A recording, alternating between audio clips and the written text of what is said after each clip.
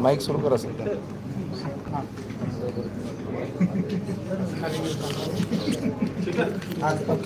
नमस्कार, मी कुमार आशीर्वाद, जिल्हाधिकारी सोलापूर. आता 7 मेला सकाळी 7 वाजेपासून संध्याकाळी 6 वाजेपर्यंत आमच्याकडे मतदान सुरू होता. आता सर्व मतदान केंद्रावर 2-3 मतदान केंद्र सोडून बाकी सर्व मतदान केंद्रावर वोटिंग संपलं आहे. रांगमध्ये 2-3 केंद्रावर फक्त रांगमध्ये लोक आहेत. आता सर्वात पहिले मी विधानसभा मतदारसंघ निहाय आणि लोकसभा मतदारसंघ निहाय जे वोटिंग पर्सेंटेज आहे त्याबद्दल आपल्याला माहिती देतो.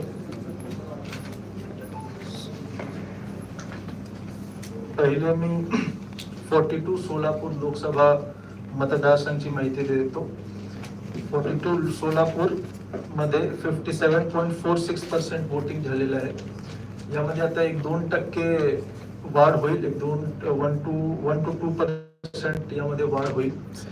विधानसभा मतदारसंघ निहाय 247 मोहोड मध्ये 60.16% वोटिंग झालेलं आहे. 248 उत्तर सोलापूर मध्ये 56.81% वोटिंग झालेलं आहे. 249 सोलापूर मध्य मध्ये 56.32% मतदान झालेलं आहे. 250 अक्कलकोट मध्ये 55.31% मतदान झालेलं आहे. 251 दक्षिण सोलापूर मध्ये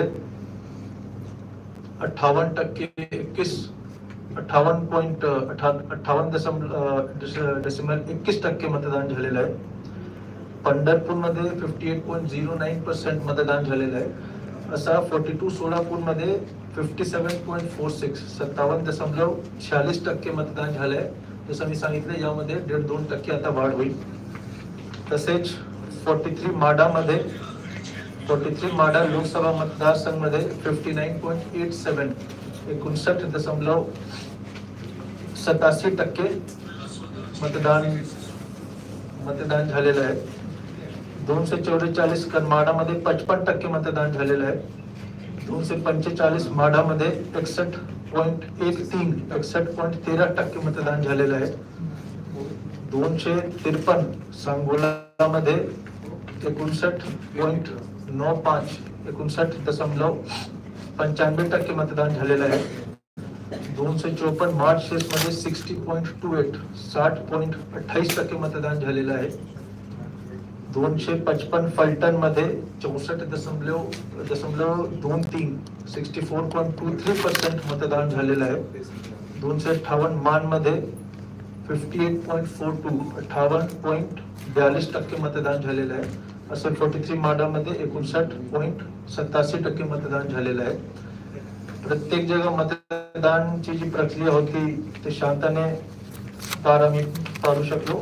एक इन्सिडेंट झालेला होता सांगोला विधानसभा मतदारसंघ मध्ये बूथ क्रमांक 86 मध्ये एक मतदारांनी ईव्हीएम मशीनला पेटवण्याचा प्रयत्न केला होता. जी आम्हाला प्राथमिक माहिती भेटली आहे त्याप्रमाणे ते रॉकेल किंवा पेट्रोलचा यामध्ये वापर केला होता आणि यामध्ये जे बीओ आहे तो डॅमेज नाही झाला पण तो कटसर झाला होता. तिथे जे presiding officer polling officer VVPAT unit आहे त्याच्यावर काहीच परिणाम नाही झाला होता. ते इंटॅक्ट होते आणि त्यामुळे म्हणून जे रिझल्ट आहेत जे मतदान असते जे वोट्स असते ते सीयू मध्ये स्टोर्ड असते, कंट्रोल युनिट मध्ये स्टोर्ड असते. त्यामुळे हा घटना घडल्यापर्यंत जवळपास 403 लोकांनी मतदान केले होते. त्यांचे जे 403 मत आहेत ते सीयू मध्ये आणि व्हीव्हीपॅटचे ड्रॉपबॉक्स मध्ये जे स्लिप असते ते इंटॅक्ट असल्यामुळे त्यावर काहीच परिणाम झाला नाही. जे 403 लोकांनी मतदान अगोदर केला होता आदेश केला होता त्यांचे मत व्यवस्थित आहे, ते सेफ आहे. हा इन्सिडेंट घडल्यानंतर जे तरुण युवक होता त्याला मी पोलिस ताब्यात दिला आणि त्यांच्यावर कायदेप्रमाणे कारवाई होईल. आम्ही पटकन जे प्रिसाइडिंग ऑफिसर आहे, सेक्टर ऑफिसर पण तिथे पोहोचले, डीएसपी पण पोहोचले आणि तिथे ईव्हीएम मशीन आम्ही पूर्णपणे चेंज केला. कंट्रोल युनिट आणि व्हीव्हीपॅट इंटॅक्ट होता. बीयू फक्त कर्सर झाला होता, तो पण इंटॅक्ट होता. कधी सुद्धा कोणाला संशय नाही झाला पाहिजे, त्यामुळे आम्ही एक नवीन ईव्हीएम सेट पूर्ण आणला आणि त्यावर मॉक पोल घेऊन पुन्हा मतदानाची प्रक्रिया सुरू झाली आणि तिथे पण आता शांततेने ते पूर्ण प्रक्रिया संपली आहे आणि वोटिंग झालेलं आहे. आता सीलिंग सुरू होणार. प्रत्येक जे विधानसभा मतदारसंघामध्ये जे स्ट्रॉंग रूम आहे तिथपासून आमच्या जे स्ट्रॉंग रूम आहे रामवाडी गोडाऊन तिथपर्यंत एक विधानसभा निहाय ते गाडी येईल, कंटेनर येईल पोलीस प्रोटेक्शनच्या सोबत आणि त्यानंतर आम्ही स्ट्रॉंग रूम, आमच्या स्ट्रॉंग रूम मध्ये ते सीलिंग करणार. उद्या 11 वाजता जे माननीय ऑब्झर्वर्स आहेत 42 सोलापूर आणि 43 माडाचे, त्यांची उपस्थिती आणि कॅन्डिडेट्सचे उमेदवारांची उपस्थितीमध्ये पेपर्सची स्क्रुटिनी होईल 11 वाजता आणि त्यानंतर आम्ही पुन्हा जे रामवाडी गोडाऊन आहे ते सील करणार. धन्यवाद. सर, बऱ्याच माढा मतदारसंघातले एका उमेदवाराने कांद्याचं बटन म्हणजे कांदा घेऊन ते मतदान केलं, असा एक व्हिडिओ फिरतो, तो खरा आहे का आणि असं त्यावर काय कारवाई केली? जे व्हिडिओ आतापर्यंत आला आहे ना ते मला नंबर 1 व्हेरीफाय करावे लागेल, पण व्हिडिओवर असा दिसते की तो खरा आहे आणि त्यामध्ये जसं मी सांगितलं होतं मागच्या प्रेस कॉन्फरन्समध्ये जे आम्ही 2 दिवस आधीच घेतला होता की सेक्शन 128 प्रमाणे एक सिक्रेसी ऑफ वोटिंग असते.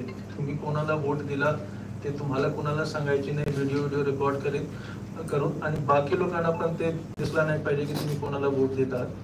त्यामध्ये ते सिक्रेसी ऑफ वोटिंगच्या जे तरतूद आहे ते व्हायोलेट झालं आहे. त्यामुळे त्यांच्यावर जे कायदेशीर कारवाई होईल, कारवाई करायची ते आम्ही करू, त्यांच्यावर कायदेशीर कारवाई होणार. दोन्ही मतदारसंघात सध्यामध्ये किती मशीनचा प्रॉब्लेम आला? दोन्ही मतदारसंघामध्ये ईव्हीएम मशीनचा काय प्रॉब्लेम आला?